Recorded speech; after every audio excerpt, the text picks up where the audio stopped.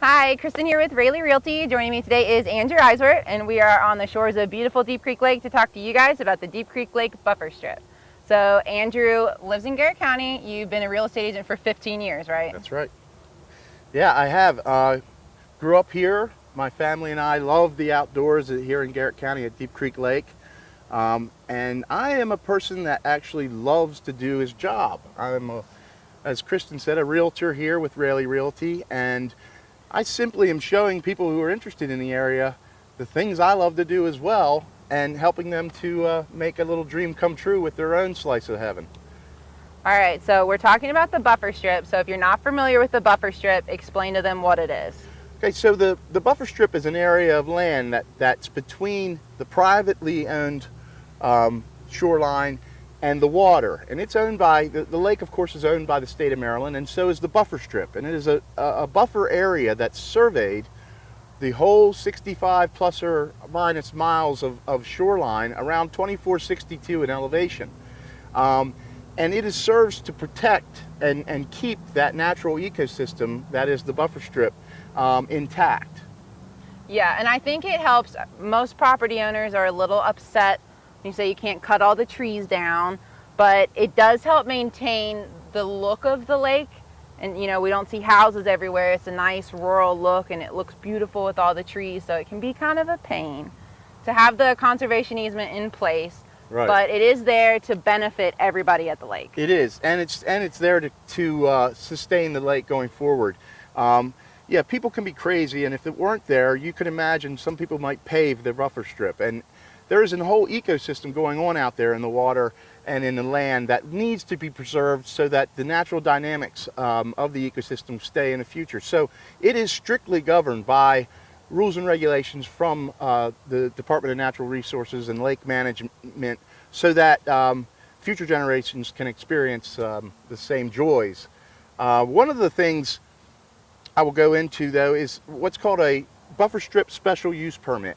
These are things that you can do on your buffer strip if you own contiguous to it, with permission from the DNR. And with Deep Creek Lake and the lake management with DNR, it is better to ask for permission than forgiveness, for sure.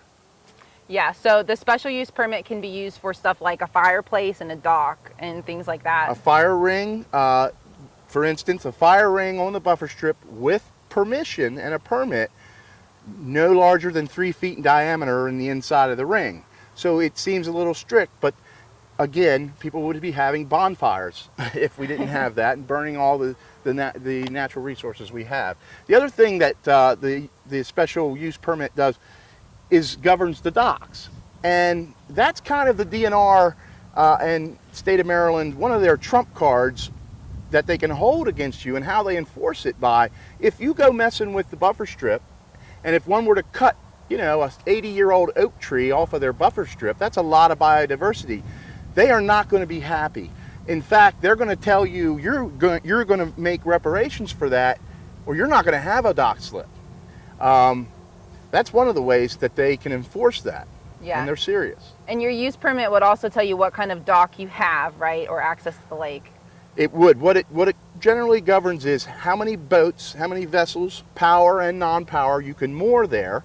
A lot of people think it has a physical, when they see type A dock permit, that's what's associated with private detached home ownership most of the time.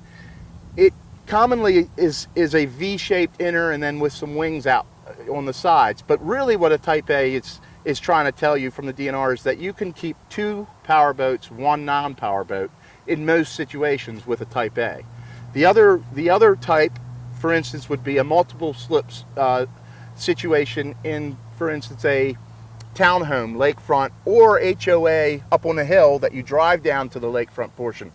And that's when they have created an easement, the association has, and in conjunction with DNR and with lake management and planning and zoning, they've said, look, we have this much lakefront, we want to allocate it single slips for our homeowners that own an individual unit. And that way it's dedicated. So townhome 3 has 3 on the dock slip. That's another way. And generally you have 1 powerboat allowed to moor there. Another term you hear a lot with buffer strip is buy down parcels. So you can explain buy down parcel. Right. So in the past, Pennsylvania Electric, who owned the lake before the state of Maryland, did buy downs, but they're a little complicated, so I'm not going to get into that right now. But the state of Maryland offered a buy down to people with property contiguous with the lakefront. And basically what that did, for a small amount of money, they were able to buy closer to the water. So what you see, for instance, if we look here, this would be a buffer strip marker, okay? And generally that's placed on property boundaries, this way and that way of the buffer strip. Kind of tells you that this is one property and this is one property and this is the buffer strip.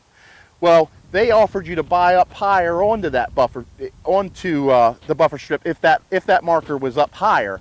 You either buy down or you can look at it buying up. I guess it's easier to look at buying down, as it's called buy down. You basically are turning a public park into a private park. You are still governed by conservation regulations. It doesn't mean you can clear cut just because you did the buy down, but it also can offer some flexibility on other issues of certain septic issues and certain attributes to your path and things like that. Maybe a deck can be a little closer if you have that buy down. Again, it gets complicated and we're trying to keep this simple for you.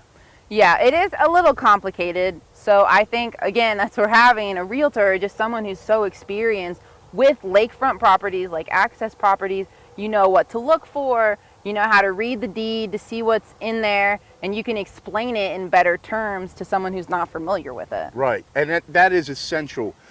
When you're dealing with lakefront at Deep Creek Lake, there is a landmines you have to walk through and navigate through, and having a good realtor can help you navigate them. And also, sometimes you just don't have the answer. Well, that realtor will know who will have that answer and be able to help you out there. So it's very important. Don't just willy-nilly it. Awesome. Well, thanks for joining us, and we will Very catch you guys next time. See ya.